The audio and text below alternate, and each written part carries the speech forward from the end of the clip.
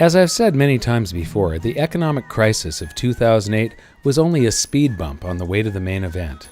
I believe that before the end of this decade, there will be an economic crisis so historic that it will eclipse the crash of 1929 and the subsequent Great Depression. I also believe that it is both unavoidable and inevitable because it is merely the free market releasing stored-up energy from decades of economic manipulation. Yes, bad things are going to happen, but it could be the best thing that ever happened to you. This guide started out as the top 10 reasons to buy gold and silver and was originally drafted by some very good and well-intentioned employees. But when I read it, something just didn't feel right. It contained all the usual reasons that any precious metals dealer would point out as to why people should own gold and silver. Though they were all very good reasons to own gold and silver, they weren't the reasons that I buy gold and silver. So here you go, a countdown of the top 10 reasons that I buy gold and silver.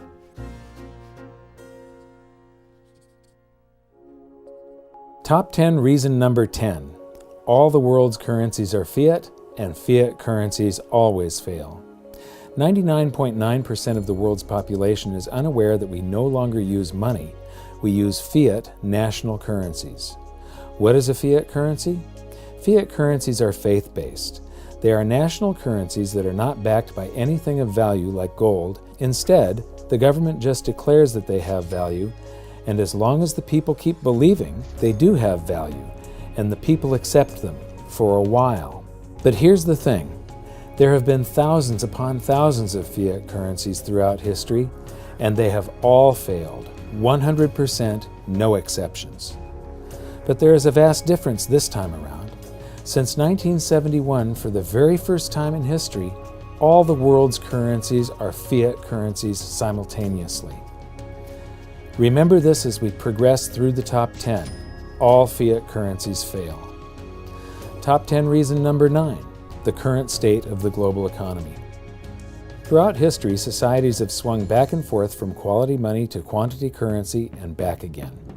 Originally, quantity currency took the form of debased coinage, like gold and silver that has been diluted by adding cheap and abundant base metals such as copper. Then it took the deceptive form of national currencies that were initially backed by money. In other words, they were claim checks on gold. But once these were established, governments then changed the laws to make fraud legal so they could print claim checks on gold that didn't exist. The next step was to sever the connection between money and currency entirely. Back when we used real money, gold would automatically balance all economies. When one country would experience an economic boom, they would import cheap goods from countries with depressed economies and lower wage rates. The outflows of gold from the boom country would cause a deflation, cooling the economy, while the countries experiencing gold inflows would boom, causing their labor rates to increase, which in turn would cause the prices of their goods to rise. This meant that trade imbalances would always automatically rebalance. With gold, government spending was also constrained. If a government wanted to spend more than its income, also known as deficit spending, it had to borrow gold from the private sector. If the government borrowed too much gold, it would cause interest rates to rise, which in turn would slow the economy, which in turn would cause tax revenues to fall. But the debt-based global monetary system has allowed deficit spending and trade imbalances and bubbles to persist and balloon to levels unprecedented in all of history. The credit debt bubble and the derivatives bubble threaten to take down the world economy. The only comparison you could make is to take every great bubble in history times 1 million and have it burst everywhere on the planet simultaneously. It threatens to be a global financial nuclear holocaust, the only survivors of which will be the owners of gold and silver. Top 10 reason number 8, a new world monetary system.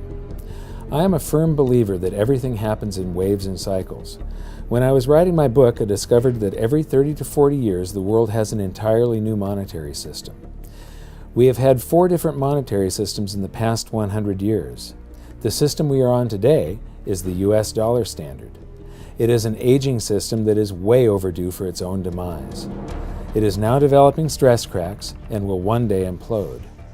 Before the end of this decade, history will repeat, and just as in 1922, 1944, and 1971, there will be an emergency meeting of economists and government representatives to hash out a new world monetary system. It's normal. No man-made system can possibly account for all the forces in the free market. They get old, they develop stress cracks, and they implode. But what is different this time around is that the last three transitions were baby steps from full gold backing to partial gold backing to less gold backing to no gold backing. In each of these transitions, the system we were transitioning from had a component that could never fail: gold. This time we will be transitioning from a system based on something that has always failed: fiat currencies. The key component to this transition from the US dollar standard to some new standard is, of course, the US dollar. But the US dollar represents more than half of the value of all the world's currency. A dollar crisis would cast doubts on all fiat currencies, and the cascading effect of loss of faith could cause the rest of them to fall like dominoes. The central bankers will try everything they can think of to keep the fiat game going. But when everything they try fails, they'll look around and say, "What worked before?" And once again, the pendulum will swing back to quality money. The only beneficiaries of this event will be gold and silver and those who own them. Top 10 reason number 7. Gold and silver come with a central bank guarantee. My book was written from 2005 to 2007. In it, I said there would first be the threat of deflation. This came true with the crisis of 2008. To which Ben Bernanke would overreact with a helicopter drop of currency. This came true with the bailouts and QEs, which would then cause an inflation. This came true when the stock markets and real estate markets reflated. So far, the Federal Reserve has not only lived up to my predictions, but it has surpassed even my wildest nightmares. They believe that they can fix things by running the printing presses. But the tail does not wag the dog. The free market is responsible for our prosperity. It is the economy, not the numbers they print on pieces of paper or conjure in computers. So now that they have proven that massive currency creation doesn't work, they're going to double down on it. But it is the market that ultimately rules. They are about to discover the horrific economic consequences of their reckless actions. As I said in my book, next there will be a real deflation, a contraction of the currency supply they cannot control. This will happen when the credit, debt, bond, fiat currency, and derivative bubbles begin to implode. The reaction of the world's central banks will be to print until deflation gives way, which I believe will cause a hyperinflation. But a hyperinflation doesn't even require a nation to print its currency into oblivion. It only requires a loss of faith. But never fear, because periodically throughout history, gold has revalued itself as it is bid up in price by the free market as people rush back to it for safety. This is when gold does an accounting of all the currency that's been created since the last time gold did an accounting. In doing so, its purchasing power rises exponentially. It has always done this, and I believe it always will. Top 10 reason number 6. Everything else is a scary investment. By any realistic measure, stocks have been in a super bubble for more than a decade now, with valuations and yields in the danger zone, while bonds are in the later stages of a 30-year bull market and real estate is still deflating from the biggest bubble in history. Dr. Robert Shiller of Yale University has compiled data on the stock market going all the way back to the year 1880. His research concludes that by one measure, the stock market has been in a bubble since 1998, and by his other measure, it is far bigger and more extreme than any prior bubble, including the stock market bubble of the Roaring Twenties that led to the crash of 1929. Further research shows that the only reason the markets have been levitated to these levels is due to the Federal Reserve stimulus. What will happen when increasing stimulus no longer works? I wouldn't want to be invested in stocks when it finally implodes. U.S. Treasury bonds have been a great investment for more than 30 years, but no bull market lasts forever. In fact, for the 37 years after World War II, bonds were such a bad investment that by the end of the 1970s they had earned the nickname certificates of confiscation. But that was back when countries were financially responsible. Now most countries on the planet run their finances like Greece, and the United States of America is leading the way. And as the world's central banks keep interest rates low, it's caused bond investors to take extraordinary risk in search of a reasonable return. We are now in a global bond bubble that dwarfs anything in history. I believe that this has made the bond market one of the most dangerous places to be invested in right now. Dr. Shiller is also the creator of the Case-Shiller Home Price Index. His data on real estate suggests that since the popping of the bubble in 2007, real estate values have bounced back into a small bubble. But what worries Dr. Shiller most is that institutional investment firms have bought up as much as 30% of the homes that were foreclosed on since the crash of 2008. This has the potential of making real estate as volatile as the stock market. If these firms ever decide to sell, they can dump thousands of homes on the market all at once, causing the 2008 real estate crash to look like the calm before the storm. Personally, the thought of investing in real estate right now is downright scary. So the stock market, bonds, and real estate are either in a bubble or have been in a bubble in the last decade. Gold and silver, however, haven't been in a bubble for more than 30 years, and from my measure still appear to be less than halfway through their bull market. The next great bubble will someday be gold and silver. It's just their turn. Top 10 reason number 5, market psychology. Nobody can really understand the markets or the economy, but you can get an inkling of what they're about if you understand what drives them, greed and fear. And the most entertaining part of monetary history is the study of their byproducts, manias, panics, bubbles, and crashes. When you study these, you quickly learn the meaning of the old saying, "The bull climbs the stairs, but the bear jumps out the window." What it means is that it can take years to create a bubble, but only days or weeks for it to burst. This is because, when it comes to greed and fear, fear is by far the more powerful emotion. Gold and silver are sometimes the exception to this rule because they can rise as fast as lightning in a panic. In the golden bull market of the 70s, it took 9 years for gold to rise from $35 to $400. But once a panic out of dollars to the safe haven of gold began to develop, it only took 33 trading days for it to more than double, rocketing to $850. But actually, it was only a very small percentage of the population that was panicking out of dollars in the 70s. This time, I think it'll be everyone. Where do you think gold and silver would be headed if my reasons 10 through 6 come to pass? Top 10 reason number 4. This time, it really is different. The differences between the precious metals bull market of the 70s and the great gold and silver rush of today are vast. In the 1970s, only 2 major exchanges, one in London and one in the US, set the price of gold. So it was only North America and Western Europe, about 10% of the world's population, that could participate in that great gold rush. This time, it's the entire planet. In the 1970s, the number of investors in state-run economies like Mao's China or the USSR was 0. Now those countries are home to more than 100 billionaires each. Much of the rest of the world lived in extreme poverty. Today, there are almost 1,500 billionaires in the world living in more than 50 countries. Every country on the planet has expanded their currency supplies about tenfold since the 1970s, so each potential investor has 10 times the currency. And within each population, there has been the extraordinary development of the investor mindset. In the 1970s, we were a planet of savers. But then, as nations around the world abandoned gold and silver as money and adopted fiat currency, inflation raged, punishing savers and rewarding investors and speculators. Then we had the tech bubble of the 90s and everybody became a stock trader. Then we had the global real estate bubbles and everyone became a real estate investor or flipper. For more than 30 years, saving has been punished and investing and speculating has been rewarded. The result is that there are many, many times more people likely to invest in gold and silver this time around. The number is very hard to project, but I would guess it's somewhere between 10 and 100, but possibly even as many as 1,000 times more people with an investor mindset.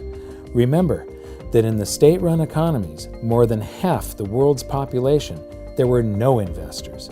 And today, China is in the midst of an investor-driven real estate hyperbubble. So that's 10 times the people, each with 10 times the currency, and within each population there is somewhere between 10 and 1,000 times the number of people with an investor mindset. That's somewhere between 1,000 and 100,000 times more currency that will someday come chasing gold and silver this time around. Yes, this time it really is different. Top 10 reason number 3. Gold and silver should buy a whole lot more. There's an old myth that in ancient Rome an ounce of gold could clothe a man from head to toe with a toga, sandals, and a belt, and that today a man can still clothe himself in a suit, shoes, and belt for the price of an ounce of gold. People claim that this has always been the case.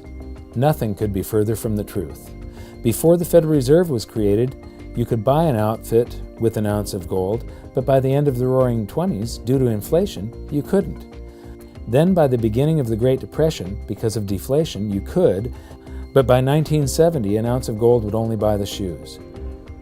Then just 10 years later, it would buy a top-notch suit, very fine shoes, and a great belt, but by 2001 it could only buy a shoddy suit, cheap shoes, and a crummy belt. Yes, gold has always been worth something, but it has always zigzagged in a range of purchasing power. However, this myth is based on a true fact. Humans mine gold at about the same rate that they make babies, so there is relatively the same amount of gold per person on the planet today as there was in ancient Rome. So let's dissect the myth of the Roman suit to see why gold's purchasing power has varied and what it could be in the future. The gains and efficiencies made since ancient Rome are mind-boggling. To make a toga required cotton to be planted, tended, picked, and separated from the seed by hand. Then the cotton had to be hand-washed, combed, and spun, taking someone weeks to make enough thread for a toga. Then the thread was dyed with colors that were hand-mined or harvested. The cloth was then hand-woven, cut, and stitched into a toga. The shoes and belt were equally labor-intensive.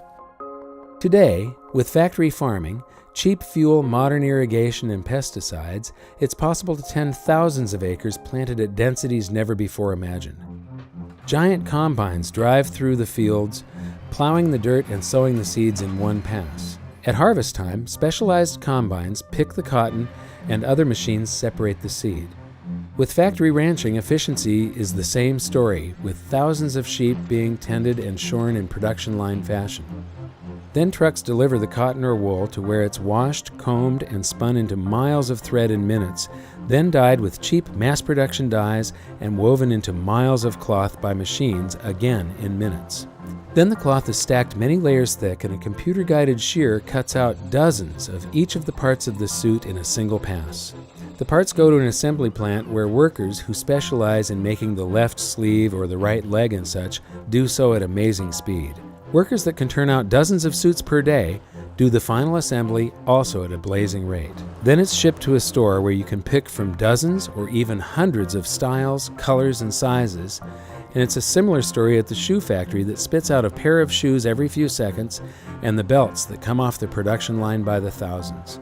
The end result is that the time value of the Roman outfit most likely measures in months of human labor, whereas the modern suit contains only a few hours. This is true of all the other stuff in society as well. When it comes to the time value contained in stuff, everything today is on sale for a tiny, minuscule fraction of what it once cost. And as proof to support my thesis, I offer this. Today, a good percentage of the world's population has maybe 100 times more stuff than 99% had 2,000 years ago. Think about it. You are surrounded with furniture, cell phones, computers, TVs, refrigerators, grocery stores, cars, planes, hotels, restaurants, a great bed to sleep in at night, and just about anything else you want. By contrast, 2,000 years ago, with the exception of the ruling class, most people made a subsistence living barely able to afford the things they needed to survive. In many cases, a great bed or a pair of shoes were extravagances they would not experience in their lifetimes. So if this is true, and it is, then why is gold's purchasing power so low? If there's so much more stuff per person, but the same amount of gold per person, shouldn't an ounce of gold buy many, many, many times more stuff than it does today? Absolutely, emphatically, yes, it should. Then why doesn't it? because of the other big factor in busting this myth. In ancient Rome, if you wanted to save some of your wealth for the future, there was only one asset available for you to save your purchasing power in: real money, the gold and silver coins that made up their money supply. Today, if you want to save some of your wealth for the future, you do so with financial assets such as stocks and bonds, and maybe a tiny portion of currency in a checking account. These highly liquid assets actually compete with gold and silver as a place to store your wealth. They all dilute each other's purchasing power. In ancient Rome, there was only one place to store your wealth. Today, there are thousands. So that's the answer. With technology, machinery, and super cheap energy, we've become 1,000 times more efficient at producing stuff, and at the same time, we've created 1,000 times more ways to store our wealth. The gains in purchasing power that gold should have made, due to man becoming so much more efficient at making stuff, have been almost exactly offset by the proliferation of alternative liquid financial assets in which to store that wealth. If it weren't for all those competing currencies and alternative financial assets, gold would buy many, many times more stuff. So what happens to those alternate financial assets in the inevitable market crash that lies out there in the future? Those trusted financial assets suddenly become hocus-pocus voodoo financial assets as their value evaporates, just like those AAA-rated mortgage-backed securities did in the crash of 2008. What happens to fiat currencies in the coming currency crisis? All those currencies become hot potatoes that nobody wants, causing hard assets, like gold and silver, to be bid up to the moon. Either way, gold will buy a whole lot more stuff someday in the near future. Today, there is about $40,000 worth of liquid financial assets per person versus only $200 worth of investment-grade gold. That's a 200-to-1 ratio. That means that in a crisis, if just 10% of the wealth invested in those alternative financial assets were to come chasing gold, its price would rise 20-fold. The moral of this story is, if you want to buy 20 suits, shoes, and belts a few years from now, buy an ounce of gold today. Taken separately, any one of these reasons is a compelling case for gold and silver. But if you look at them all together, and you take into account that for the very first time this gold and silver rush is going to be global, you realize that these reasons aren't just additive, but they multiply upon one another. Therefore, my top 10 reason number 2 is, it's all happening at once, and this time it's global. So, there's more stuff per person than at any time in history, but the same amount of gold, and competing currencies and other assets have diluted gold's purchasing power. Today, there's 200 times more wealth stored in these competing assets than there is in gold, and if only 10% of that wealth comes chasing gold, its price will rise 20-fold. And in the crisis I see coming, it's going to be a lot more than just 10%. The world is now in uncharted territory. Budget deficits, trade deficits, and government debt have ballooned to lethal levels. Real estate, stocks, and bonds are all in bubbles, and the credit, debt, and derivatives bubbles threaten to take down the world economy. It took years to create these bubbles, but it will only take days or weeks for them to burst, and all bubbles eventually burst. In the inevitable crash and currency crisis that are bearing down on us, most trusted investments will probably evaporate while gold and silver are pushed into hyperbubbles. Because when it comes to greed and fear, fear is by far the more powerful emotion, and in a crisis, fear is what drives investors.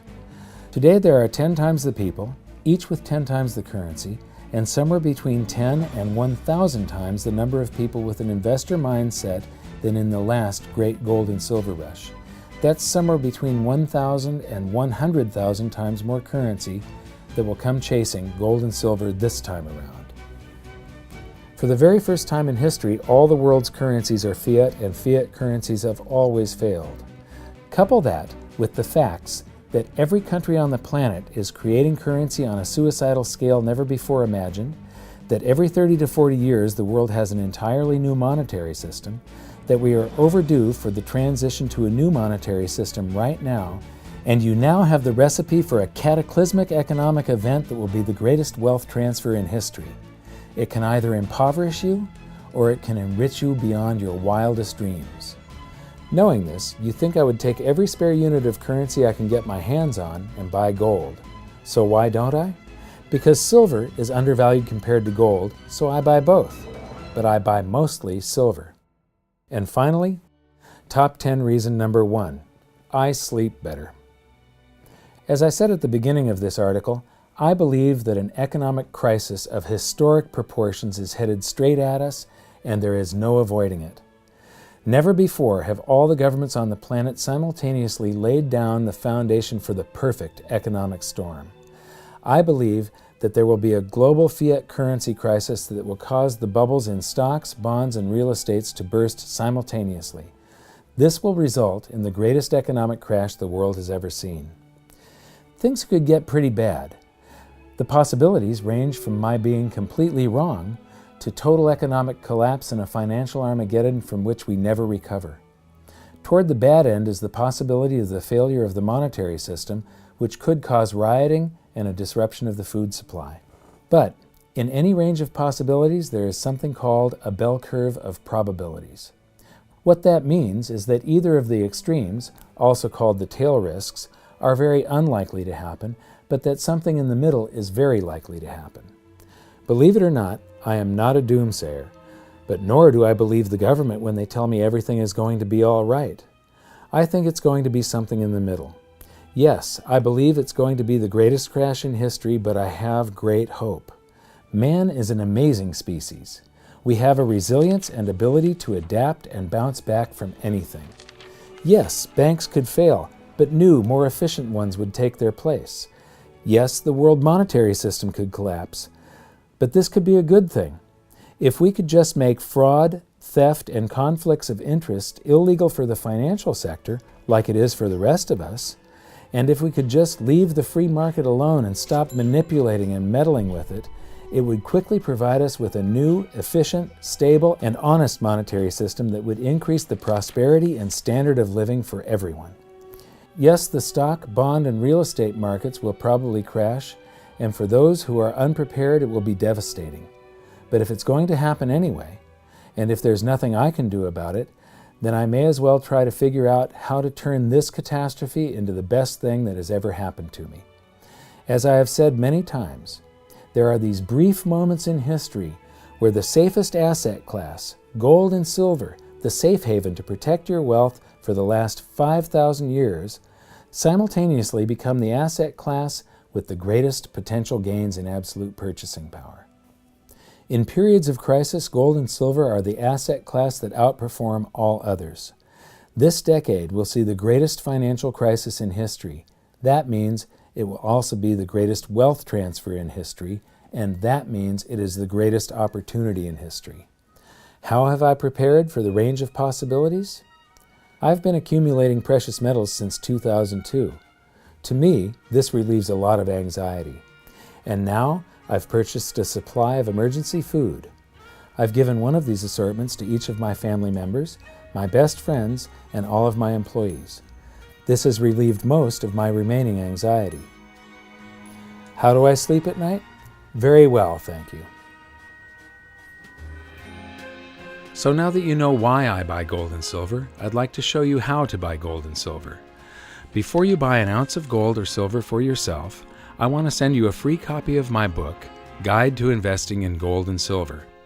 It tells you everything you need to know about owning gold and silver, including where to store it, the pitfalls to avoid, how this industry works, and which bullion products I buy for myself. I'm proud to say it's the best-selling book on precious metals investing of all time. I've just released a fully updated version, and it's yours absolutely free. All you have to do to get it is to follow the link below and tell me where to send it.